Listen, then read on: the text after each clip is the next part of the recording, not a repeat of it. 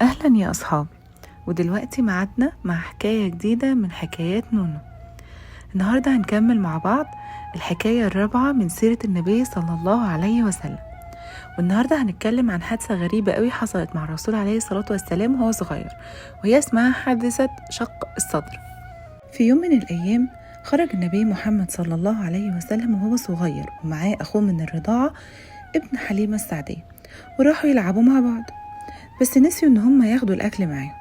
فالنبي صلى الله عليه وسلم قال لاخوه روح هات لنا الزاد او الاكل. راح وجاب الاكل، وهم بيلعبوا جه 2 من الملائكة على هيئة رجالة لابسين ابيض، اخدوا النبي صلى الله عليه وسلم ونيموه على الارض وشقوا بطنه. النبي صلى الله عليه وسلم بيحكي وبيقول انهم شقوا بطني وطلعوا قلبي وفتحوه وطلعوا منهم قطعتين صغيرين لونهم اسود. فقال واحد للتاني هاتلي مية بتلج وغسلوا بيها بطني، وقال هاتلي مية باردة وغسل بيها قلبي، وبعدها قال هات السكينة أو الطمأنينة والراحة وفرشها في قلبي. وبعدين قال واحد للتاني خيطه، فخيطه وختم عليه بختم النبوة. وبعدين واحد فيهم قال للتاني خليه في كفة وحط 1000 من أمته في كفة تانية. فالنبي صلى الله عليه وسلم قال أنا لقيت نفسي في كفة و1000 من أمتي في الكفة التانية، وكنت خايف إنهم يقعوا عليا. فقال الملك لو أمته كلها اتوزنت معاه هو اللي هيغلبهم. وبعدين الملائكة مشيوا وسابوا النبي صلى الله عليه وسلم. أخوه من الرضاعة لما شاف اللي حصل خاف جدا، ورجع بسرعة على أمه حليمة ووشه متغير من شدة الخوف. قالت له مالك يا ابني ايه اللي حصل؟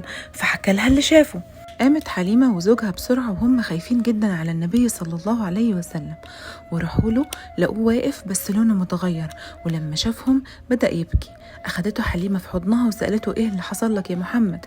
فحكى لها اللي حصل. قال زوجها أنا خايف يكون حصل له حاجة، لازم نرجعه لأهله قبل ما الناس يفتكروا إننا قصرنا في رعايته.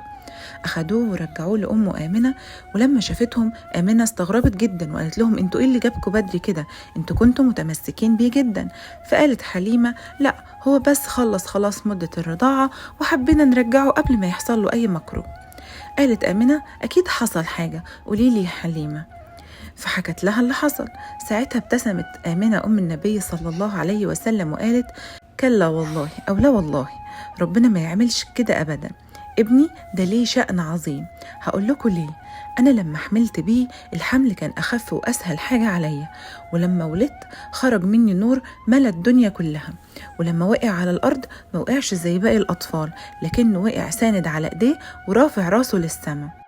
ومشيت حليمة بعد ما سابت سيدنا محمد صلى الله عليه وسلم مع أمه آمنة، وقلبها كان مليان حزن وأسى على فراق الحبيب محمد صلى الله عليه وسلم، ودموعها نزلت على خدها، لكنها كانت حاسة من جواها إن ربنا هيجمع بينها وبينه تاني، وإنها هتشوفه مرة تانية.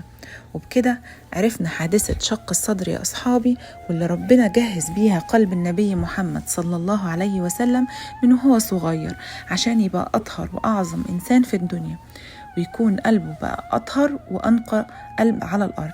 استنوني في الحكاية الجاية لما الرسول صلى الله عليه وسلم بدأ رحلته مع أمه آمنة، وهنعرف ساعتها إيه اللي حصل. لو عجبتكم الحدوتة اعملوا لايك وسبسكرايب وفعلوا زر الجرس عشان يوصل لكم كل حكاياتنا ومغامراتنا. باي باي يا أصحابي.